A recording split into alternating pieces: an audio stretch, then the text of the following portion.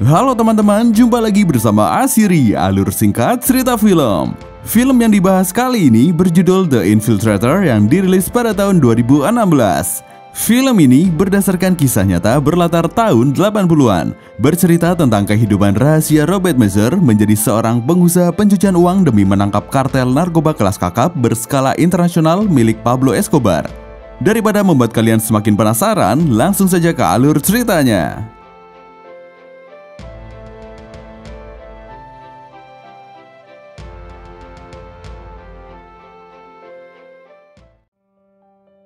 Cerita ini dimulai dari seorang petugas bea cukai bernama Robert Mazur. Dia bekerja sebagai agen penyamaran untuk kasus pengedaran narkoba. Hari itu, Robert masuk ke dalam arena bowling dalam situasi sedang melakukan penyamaran menjadi seorang pengedar narkoba. Tak lama kemudian, datanglah seorang pria menghampirinya. Tidak banyak yang mereka berdua bicarakan. Setelah itu, Robert memberikan sebuah tas kepada pria tersebut. Ketika hendak keluar dari tempat bowling, tiba-tiba Robert merasakan kesakitan di bagian dadanya. Dengan berbagai alasan, dia mengaku bahwa dirinya baik-baik saja dan meminta temannya itu untuk segera keluar. Begitu mereka keluar lewat pintu depan, ternyata gabungan polisi dan petugas bea cukai sudah bersiaga menghadang untuk menangkap mereka berdua. Keduanya berhasil ditangkap, kemudian dimasukkan ke dalam mobil yang berbeda. Robert yang sebenarnya bagian dari petugas bea cukai langsung ditolong oleh rekannya yang bernama Mark. Bagian dada Robert terluka akibat sesuatu yang menempel di sana. Sampai saat itu, temannya belum mengetahui bahwa Robertlah yang membuatnya ditangkap. Selesai dengan penyamarannya, Robert pulang ke rumah dan membakar seluruh identitas palsu yang dia punya di depan istrinya yang berharap Robert segera berhenti dari pekerjaannya. Untuk mengisi hari liburnya, Robert dan keluarganya datang ke tempat Bibi Vicky untuk liburan. Bibinya memberi saran agar Robert tidak hidup dalam dunianya sendiri bersama pekerjaannya dan lebih memperhatikan istri dan anaknya. Everyone needs a beachfront address. I got 6 of them. A little advice, Bobby? I didn't have a pot to piss in, but I had a caddy. Don't be Bobby loser. Keesokan harinya di kantor diadakan briefing untuk penanganan kasus yang baru. Untuk kasus baru tersebut, Robert dipasangkan dengan Emir Abru. Sebenarnya, Robert sudah bisa melakukan pensiun dengan dedikasinya selama ini dan juga luka yang baru saja dia dapat di kasus terakhir, tetapi dia menolaknya. Malam harinya saat Robert tengah menghabiskan waktu bersama keluarganya, dia dikejutkan oleh kedatangan Emir yang entah masuk dari mana. Emir memberitahu bahwa dia memiliki seorang informan yang bisa membawa mereka ke Gonzalo Mora. Emir berpikir mereka bisa menggunakan informan tersebut untuk bisa membantu selangkah lebih dekat dengan lingkaran para pengedar narkoba. Robert meragukan informan yang ditemukan oleh Emir. Bisa saja itu hanya orang yang menjual informasi palsu untuk mendapatkan uang. Dia pun bertanya seberapa percaya Emir terhadap orang itu. Kemudian Emir menjawab sebesar dia percaya kepada Robert. 20 questions? And how much did you offer? 250K. What do you... It's people who sell information. They walk on the dirty side of the street. All right. You see yourself out over the wall. Hey, Abreu. As much as I trust you. Emir tetap melanjutkan menghubungi informan yang dia temukan. Sementara Robert tengah bersama Mark melakukan olahraga lari bersama. Robert mengusulkan idenya mengubah strategi untuk menangkap orang-orang yang jahat dari yang awalnya mengejar narkoba, diubah menjadi mengejar uang sehingga orang-orang yang berkuasa di atas juga bisa dideteksi. Namun yang menjadi masalah baginya adalah dia tidak merasa cocok bekerja sama dengan Emir. Mark kemudian menjawab kalau Robertlah yang tidak akan bisa bekerja tanpa Emir.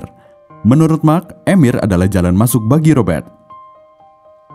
Hari berikutnya, Robert dan Emir pergi ke sebuah pemakaman umum untuk mencari identitas baru yang nantinya akan mereka gunakan dalam penyamaran menggunakan nama seseorang yang sudah meninggal cukup lama. Setelah melihat-lihat beberapa nama di batu nisan, akhirnya Robert memilih nama Bob Musella, sedangkan Emir memilih nama Emilio Dominguez. Untuk misi kali ini, Robert diberi sebuah koper yang tentunya bukan sembarang koper. Koper tersebut dilengkapi dengan alat perekam suara yang dibuat sedemikian rupa sehingga tidak akan menimbulkan suara ketika alat perekam dinyalakan. Agar penyamaran yang dilakukan lebih meyakinkan lagi, seorang pengusaha meminjamkan kantor dan semua fasilitas yang ada di dalamnya untuk digunakan oleh Robert yang akan menyamar sebagai pengusaha pencucian uang. Kartu identitas, berkas-berkas penting, rekening bank, dan semua hal yang dibutuhkan dalam penyamaran sudah disiapkan oleh petugas yang berwenang. Di tempat lain, informan yang ditemui Emir tengah bertemu dengan Gonzalo Mora. Dia membujuk agar Gonzalo mau mencuci uang miliknya di perusahaan Bob Musella. Singkat cerita, setelah berpikir panjang, Gonzalo melakukan pertemuan dengan Emir dan mereka berdua pun sepakat untuk melakukan kerjasama. Di sisi lain, Robert pergi ke penjara menemui seorang tahanan bernama Dominic. Di sana Robert meminta Dominic untuk membantunya dalam tugas penyamaran dengan imbalan pembebasan dari penjara. Awalnya, Dominic tidak mau karena dia tidak ingin menjadi seorang pengkhianat meskipun sudah tidak bekerja lagi dengan bosnya. Namun kemudian, dia akhirnya berubah pikiran dan sepakat untuk ikut bekerja sama dengan Robert dan Emir. Tibalah kini saatnya mereka mulai melakukan peran mereka sebagai pencuci uang untuk kartel narkoba. Setiap hari, Robert harus memeriksa sejumlah uang yang masuk padanya, kemudian membaginya ke dalam nominal-nominal yang lebih kecil yang bisa digunakan dengan aman. Beberapa hari setelah mereka memulai kerjasama, Robert dan Gonzalo akhirnya bertemu untuk pertama kalinya di sebuah klub malam. Di sini Robert meyakinkan Gonzalo bahwa perusahaannya akan mengamankan seluruh uang dengan baik karena mereka hanya kerjasama dengan perusahaan-perusahaan yang legal. Tujuan Robert kali ini yaitu mendapatkan kepercayaan Gonzalo sehingga dia bisa meminta untuk dipertemukan dengan atasan Gonzalo.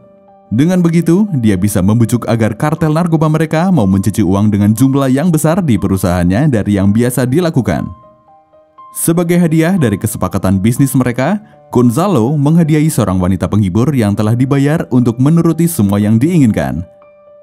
Teringat dengan istrinya, wanita yang dia kenal sejak SMP dan akhirnya membangun keluarga kecil bersamanya, Robert menolak hadiah dari Mora dengan alasan dia sudah memiliki tunangan dan akan segera menikah. Hey, everything okay? Yeah, my friend, but I'm engaged.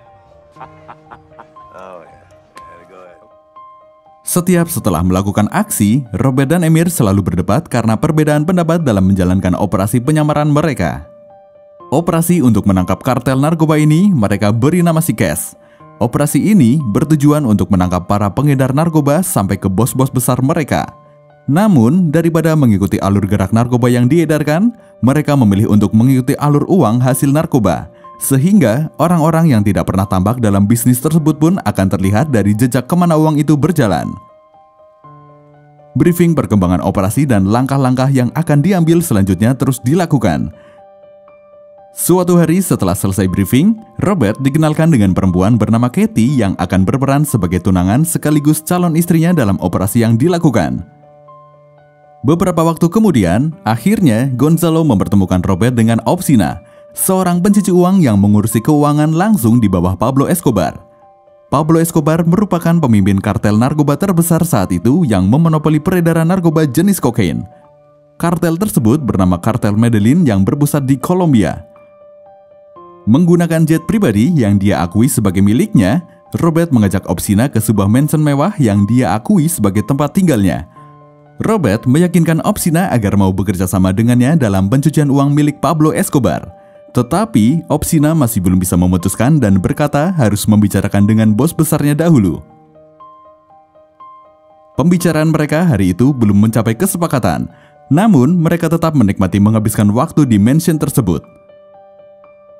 Saat Robert jalan berpapasan dengan Opsina di sebuah tangga, tiba-tiba Opsina mengarahkan tangannya ke senjata biologis Robert yang tentu saja membuat Robert kaget. Ternyata, Opsina adalah seorang gay. Hal tersebut membuat Robert tidak nyaman. Dia pun menghampiri Gonzalo dan mengatakan dia tidak peduli lagi dengan kerjasamanya daripada harus berurusan dengan seorang gay. Tetapi Gonzalo meyakinkan Robert bahwa Opsina tidak akan melakukan tindakan lebih dari itu. Ketika mereka hendak pulang, Opsina datang lalu berkata bahwa dia sepakat melakukan kerjasama dan melakukan perjanjian bisnis pencucian uang dengan Robert. That's a fucking nice looking goat, man. I will keep my hands off you. If you and yours, I'm afraid. Suatu hari saat dirinya sedang berada di kantor, Robert mendapatkan telepon dari Bill Grammy, seorang petugas bank dari Bank of Credit and Commerce International atau BCCI di Panama. Dia memberitahu bahwa ada beberapa cek uang yang mungkin mengalami kesalahan penulisan. Tapi ternyata hal itu hanyalah pembuka untuk membicarakan hal yang sebenarnya. Bill Gramy melihat transaksi keuangan perusahaan Robert sangat aktif. Oleh karena itu, dia mengatakan akan mengurus semua transaksi Robert sebagai bentuk pelayanan spesial yang diberikan bank kepada Robert. Tentu itu sebuah keuntungan bagi Robert untuk bisa mencari tahu lebih banyak tentang bagaimana uang-uang dan orang-orang itu bekerja. Semua pembicaraan dengan Bill Gramy tersebut sudah Robert rekam. Untuk menindaklanjuti hal tersebut, Robert diminta datang ke BCCA di Miami untuk bertemu dengan para petinggi bank yang lain. Dalam pertemuan tersebut, para petinggi meyakinkan Robert bahwa mereka akan membantu mengelola uang Robert sebaik mungkin beserta kolega-koleganya. Tidak lupa, setiap pembicaraan, Robert selalu menyalakan alat perekam suara yang ada di koper miliknya. Beberapa waktu setelah itu, Robert menemui Barry di sebuah tempat pacuan hewan. Barry merupakan seorang pilot yang juga terlibat dalam jaringan kartel Medellin. Dia bertugas menyelundupkan kokain dari Kolombia ke Amerika. Mereka berdua pulang bersama menaiki mobil yang dikendarai oleh Barry. Saat sedang membicarakan sesuatu di dalam mobil, tiba-tiba sebuah sepeda motor mendekat ke mobil mereka, kemudian menembak Barry tepat di kepala hingga menewaskannya seketika. Mobil yang mereka naiki langsung kehilangan kendali dan terguling, untung saja Robert masih selamat. Diketahui orang yang menembak Barry adalah suruhan Escobar, karena Barry selain menjadi pilot penyelundup kokain, dia juga menjadi informan bagi CIA. Itulah yang membuat Escobar akhirnya menyingkirkan Barry. Orang-orang di kantor Robert kemudian memastikan bahwa orang-orang Escobar bukan sedang mengincar Robert. Karena jika ternyata Robert yang diincar, maka operasi mereka kemungkinan besar akan gagal. Singkat cerita, Robert tidak ingin menunda lagi untuk bertemu dengan petinggi lain dalam kartel narkoba tersebut, mengingat situasinya makin lama semakin berbahaya. Dia kemudian menemui Opsina meminta janji untuk dipertemukan dengan atasannya untuk membantu memperluas jaringan perusahaan Robert.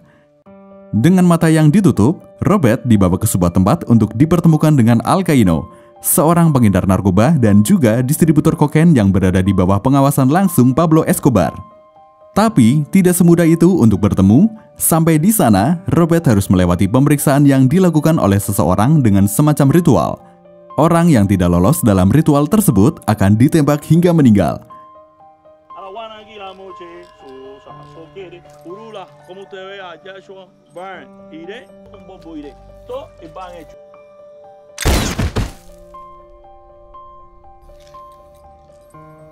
What is your name, sir? El Gua is protecting you today. You're good. Setelah Robert lolos pemeriksaan, dia diberi waktu untuk mempersiapkan diri sebelum bertemu dengan Al Caino. Akhirnya, keduanya bertemu. Mereka mulai membicarakan banyak hal, salah satunya tentang kemana saja uang hasil narkoba itu digunakan. Pertemuan mereka membuat keduanya menjadi semakin dekat. Al Caino bahkan mengundang Robert dan Katie untuk datang ke rumahnya. Tak hanya Robert, Katie juga menjadi sangat dekat dengan istri Al Caino. Al Caino menjadi semakin percaya kepada Robert setelah Robert berhasil membuat sebagian besar uang hasil narkoba yang dia miliki aman untuk digunakan. Dia sudah menganggap Robert bukan lagi hanya sebatas rekan bisnis, tetapi sebagai sahabatnya. Dia juga tak segan untuk memberikan hadiah-hadiah mewah kepada Katie. Berita kematian Barry yang dijuluki sebagai informan berharga pemerintah tersiarkan. Al Caino kesal mendengar berita tersebut karena tidak menyangka sahabatnya bekerja dengan pemerintah. Tapi kini dia bersyukur sudah dipertemukan dengan Robert menjadi sahabat barunya. Saking percayanya, dia berpikir untuk memperkenalkan Robert kepada Pablo Escobar. Al Caino meminta tolong Robert untuk membantu membebaskan uang sebesar $10 juta atas nama Don Chepe yang dibekukan di Bank Panama, karena uang itu sebenarnya milik Pablo Escobar. Robert mencoba menjelaskan situasinya agar timnya bisa membantu sehingga dia tetap mendapat kepercayaan Al Caino. Akan tetapi, mereka tidak bisa melakukan apapun karena pembekuan rekening seluruh orang Panama dilakukan atas perintah presiden. Di saat Robert masih memikirkan cara untuk menyelamatkan uang tersebut, dia juga menerima teror ancaman dari Escobar. Robert mendapat paket berisi miniatur peti mati yang diisi dengan darah.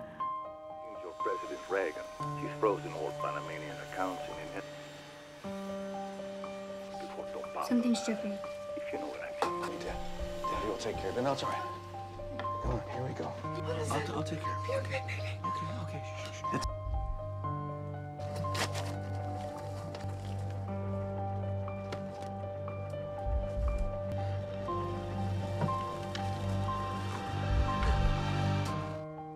Melihat pekerjaan berbahaya yang dilakukan suaminya, istri Robert meminta Robert untuk segera pensiun dari pekerjaannya.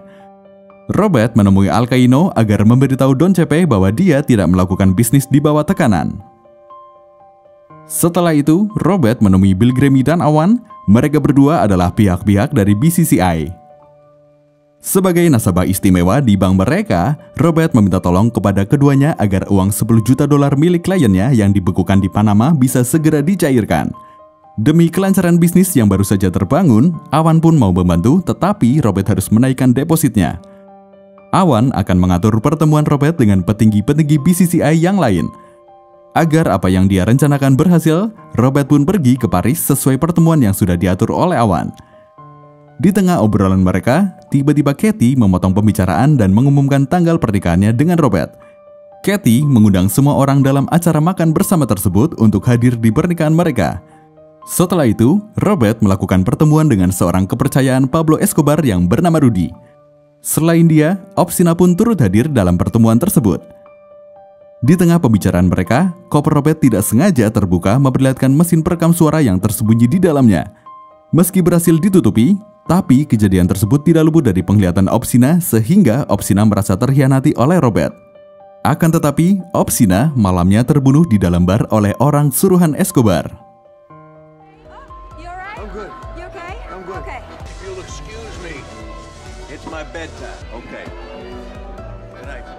Ospina, I need to steal away my future bride. Have a good night.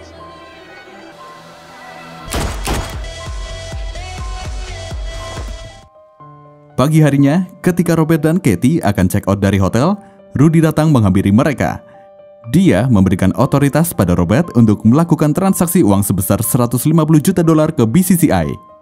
Rencana Robert untuk pulang pun ditunda. Dia akan pergi ke markas BCCI di London, sedangkan Katie akan kembali untuk mempersiapkan acara pernikahan palsunya dengan Robert.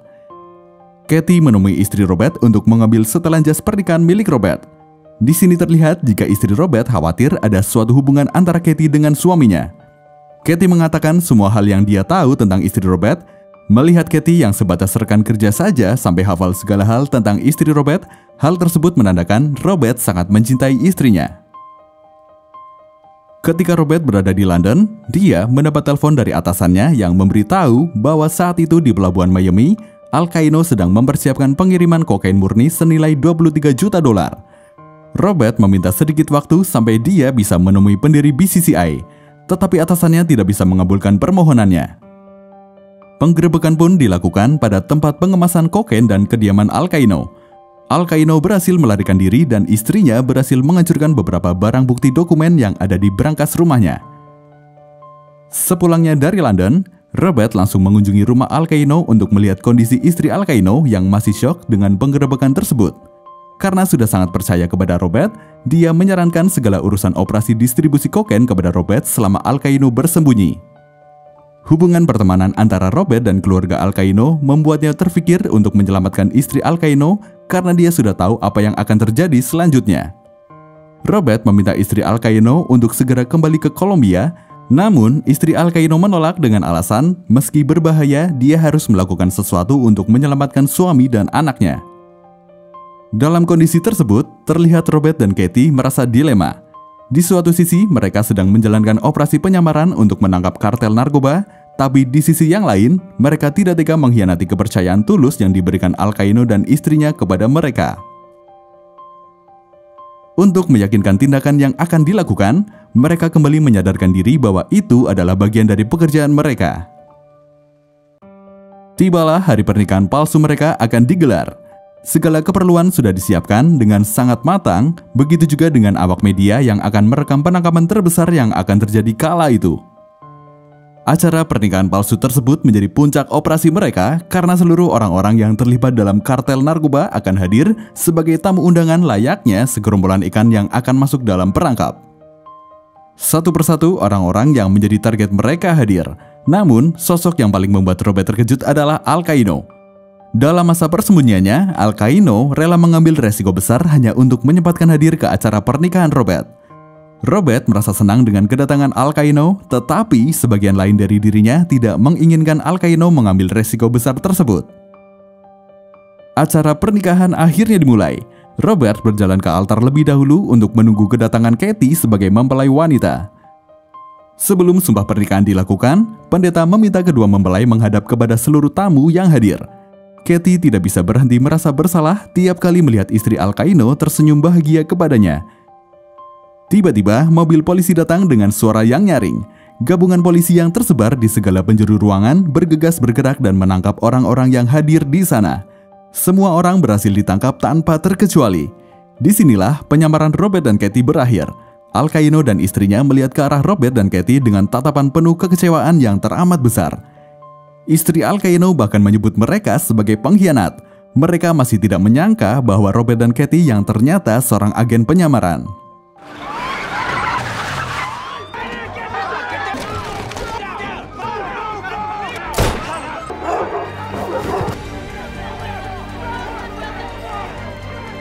You traitors! You'll have to regret this! America needs to stop this. Setelah operasi Sikes berakhir, Robert bisa kembali fokus kepada keluarga kecilnya, tetapi dia tetap tidak mau meninggalkan pekerjaannya. Robert hadir sebagai saksi di pengadilan New York, Tampa, dan London.